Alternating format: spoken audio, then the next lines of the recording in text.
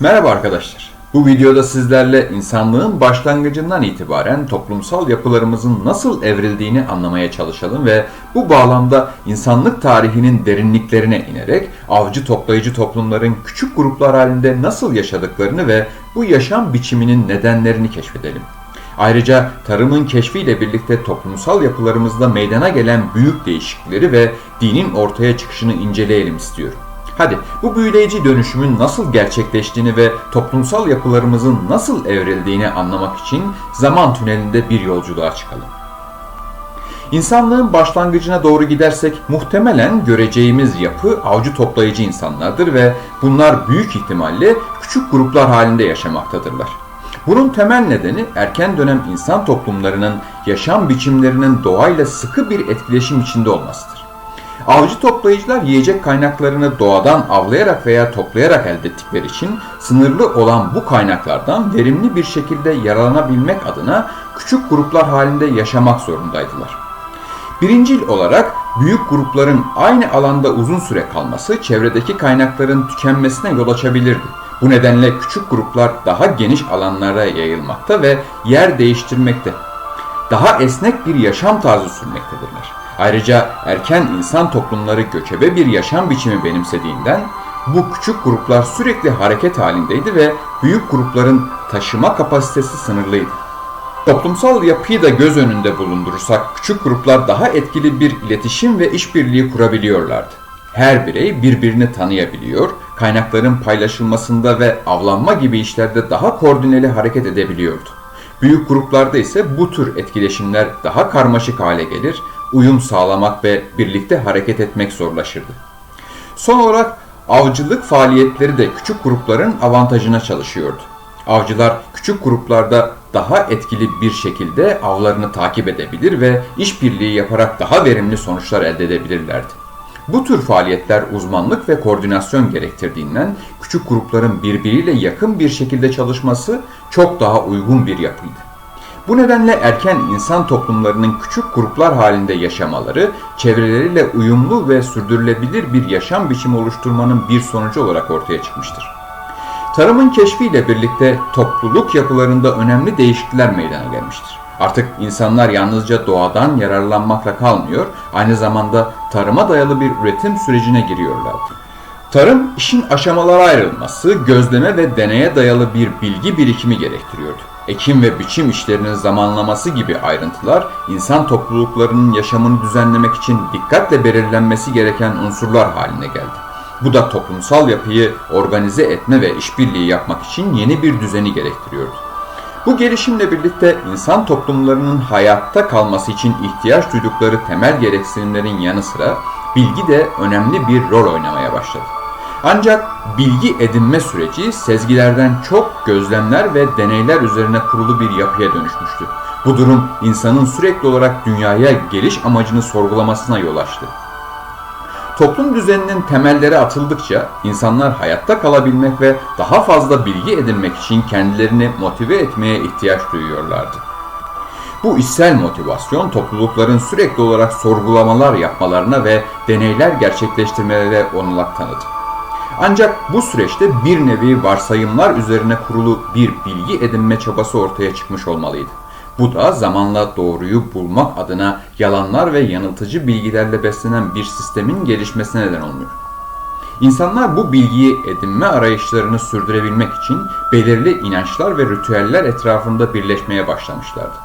Bugün din olarak bildiğimiz yapılar belki de bu ihtiyaçlar karşılayabilmek üzere şekillendi. İnsanlar bilinmeyeni anlayabilmek ve evrende kendilerine bir yer bulabilmek için çeşitli inanç sistemleri geliştirmiştir. Bu yapılar sadece hayatta kalma çabalarını değil, aynı zamanda toplumsal düzeni ve insanın kendi varoluşuna dair sorularını cevaplamaya yönelik bir arayışın sonucudur. Toplumsal yapıdaki bu değişim, insanın doğayla olan ilişkisini yeniden şekillendirirken bir yandan da düşünsel ve manevi bir evrimi beraberinde getirmiştir. Tarım devrimiyle başlayan bu süreç insanları doğa ile daha derin bir ilişki kurmaya itmiş, aynı zamanda toplumsal dayanışma ve güç ilişkileri üzerinde de yeni dinamikler yaratmış. Dinin ortaya çıkışı aslında bu yeni düzenin bir yansıması olarak düşünülebilir. İnsanlar doğa olaylarının ve yaşamın karmaşık süreçlerini anlamanı çözmeye çalışırken kendilerine rehberlik edecek bir üst güç arayışına girmiştir. Bu güç başlangıçta doğa güçlerinin ibaretken zamanla insanın kendi yaratımını, kaderini ve toplumsal bağlarını düzenleyen bir kavram haline gelmiştir. İlk inanç sistemleri toplumları bir arada tutan, onlara bir amaç etrafında birleştiren unsurlar olarak ortaya çıkmıştır.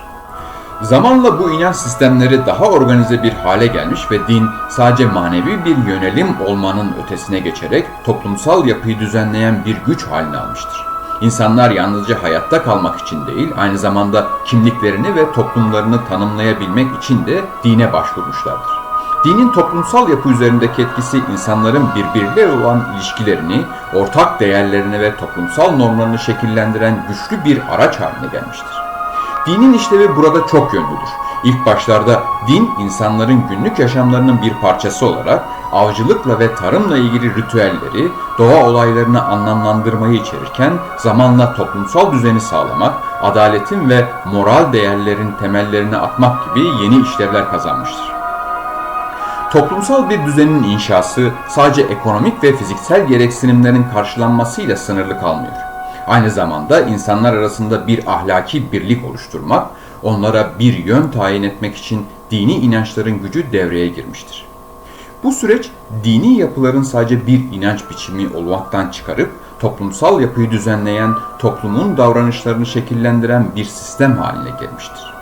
Ayrıca dini inançlar insanları kolektif bir kimlik etrafında birleştirerek toplumların bir arada yaşamalarını sağlamış ve bireylerin birbirleriyle uyum içinde hareket etmelerine teşvik etmiştir. Din insanların yalnızca fiziksel değil, duygusal ve psikolojik ihtiyaçlarını da karşılamış, varoluşsal sorulara cevap arayan insanın en temel arayışını yönlendirmiştir. Toplumlar büyüdükçe dinin bu düzenleyici rolü de daha belirgin hale gelmiş ve daha merkezi bir yapıya bürünmüştür. Dinin ritüelleri, öğretileri ve inançları toplumsal normların oluşumuna etkili olmuş, devlet yapılarıyla birleşerek toplumu şekillendiren ideolojik ve kültürel bir güç haline almıştır. Bu süreç dinin toplumsal yapının merkezine yerleşmesine ve toplumu organize etme gücünü elinde tutan bir araç olmasına zemin hazırlamıştır. Sonuç olarak dinin ortaya çıkışı sadece manevi bir gereklilik değil, insanın tarihindeki toplumsal evrimin en temel yapı taşlarından biri olmuştur. İnsanın dünyayı ve kendini anlama çabası, toplumsal dayanışma ve kolektif bilincin gelişimiyle birleşerek toplumları yalnızca fiziksel hayatta kalma mücadelesi için değil, aynı zamanda manevi bir düzen arayışıyla şekillendirmiştir. Bu süreç insanlık tarihinin en derin sorularını ve toplumların geleceğini şekillendiren bir yolculuktur. Hep birlikte bu evrimin bir parçası olmaya devam ediyoruz. Dinin ve toplumsal yapının gelişimi sadece fiziksel hayatta kalmayı değil, aynı zamanda insanın manevi ve sosyal ihtiyaçlarını da şekillendiren bir süreç olduğunu anladık. İnsanlık tarihinin her dönüm noktasında hayatta kalma mücadelesi ve toplumları düzenleme çabası bizlere bugün nasıl yaşadığımızı ve birbirimizle nasıl bağ kurduğumuzu gösteriyor. Eğer bu yolculuk sizin de ilginizi çektiyse videomuzu beğenmeyi, kanalımıza abone olmayı lütfen unutmayın. Bir sonraki videoda görüşmek üzere. Hoşça kalın, sevgiyle kalın.